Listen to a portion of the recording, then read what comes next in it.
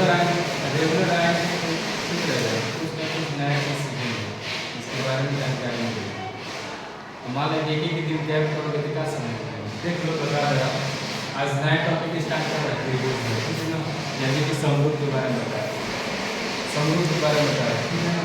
समरूप क्या होता है ये चीज के बारे में बताया। पहले त्रिभुज के बारे में जानकारी, त्रिभुज होता है, देखिए त्रिभुज का मतलब होता है कि तीन भुजाओं से घिरी हुई बंद आकृति क्या कहलाता है, त्रिभुज कहलाता है।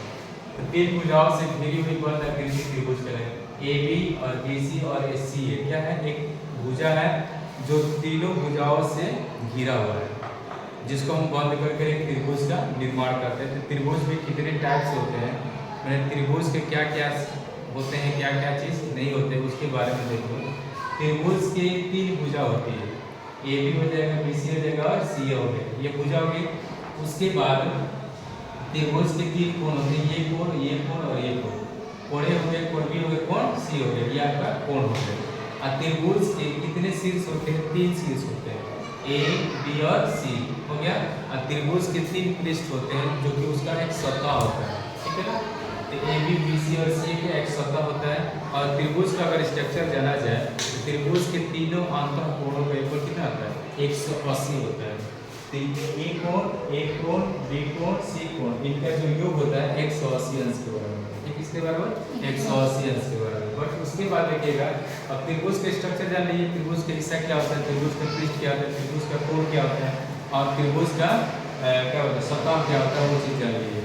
अब आते हैं कि दो त्रिभुजों का समरूप, समरूप के बारे में जानकारी देता है। समरूप क्या होता है, सम का मतलब कि समान, अरूप मतलब क्या रूप होना चाहिए, उसका समान रूप हो क्या कहलाता है, समरूप कहलाता है। बट यहाँ पर हमने एक वर्ग बनाया, दो वर्ग बनाया, एक बड़ा से एक छोटा सा, इसको मैंने अलग किया था, छोटा बन गया एक बड़ा बन गया, तो ये एक आपका समरूप हो गया, क्या हो गया, समरूप। आकृति समान है, बड़ा छोटा है, लेकिन आप सॉरी अमाप जो होता है, अमाप जो होता है, अमाप क्या होता है बेटा, अमाप जो होता है आपका अलग अलग रहेगा, ठीक है ना, समान नहीं रहता है, लेकिन उसकी आकृति क्या समान, ठीक है ना। वृत्त है, ये भी वृत्त, ये भी क्या है, वृत्त है। ये दोनों क्या, ये तीनों चीजों को हमने बताया था, एक वर्ग के बारे में, एक वृत्त के बारे में, एक समबाहु त्रिभुज के बारे में। समबाहु त्रिभुज में तीनों भुजाएं बराबर होती है, एक छोटा सा समबाहु त्रिभुज, एक बड़ा सा, अलग अलग डिफाइन कर दिया।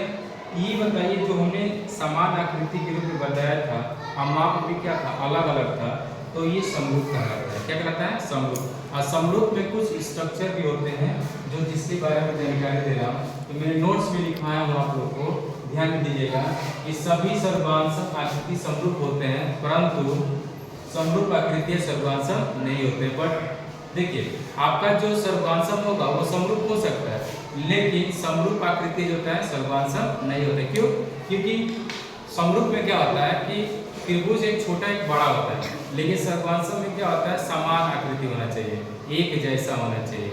अगर ये 5 सेमी वो भी 5 सेमी, वो भी 5 सेंटीमीटर होना चाहिए, ठीक, लेकिन इसका कोण भी बराबर होना चाहिए, मापांक भी बराबर होना चाहिए, आकृति भी क्या समान, तीनों चीज होना चाहिए। लेकिन समरूप में दो चीजें होती है, आकृति एक ही हो लेकिन उसका अमाप जो होता है अलग अलग होता है, तो समरूप में चला जाता है।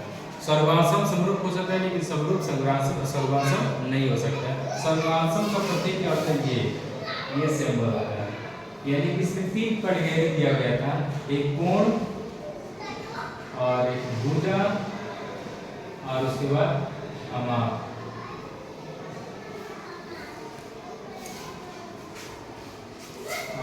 ठीक है, मतलब मापने वाला, ठीक है, ये चीज होता है, ठीक है, आज में से याद करना,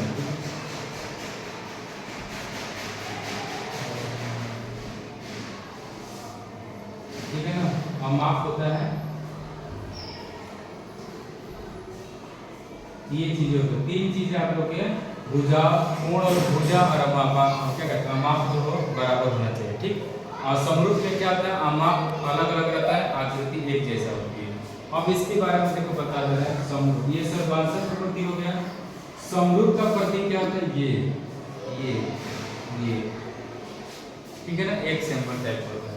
इसमें क्या होता है बेटा, मैं बता दे रहा हूँ, थोड़ा ध्यान दीजिएगा कि हम क्या करेंगे, जैसे ही 2 त्रिभुज हमने लिखा, एक बड़ा से एक छोटा सा, एक बड़ा एक छोटा सा त्रिभुज लिया, दो जब भी हम तुलना करेंगे बेटा तो दो त्रिभुज यानी कि दो आकृतियों को लेकर तुलना कर सकते हैं कि समरूप है कि नहीं।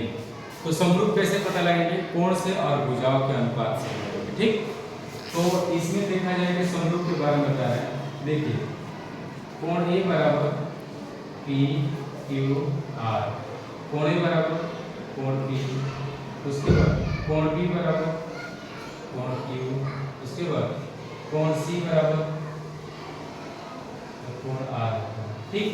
भुजाओं का अनुपात ए बी जो होगा ए बी बटा में पी क्यू बराबर होता है ए सी बटा में पी आर, पी और आर बराबर बी सी बटा में क्या होगा क्यू आर।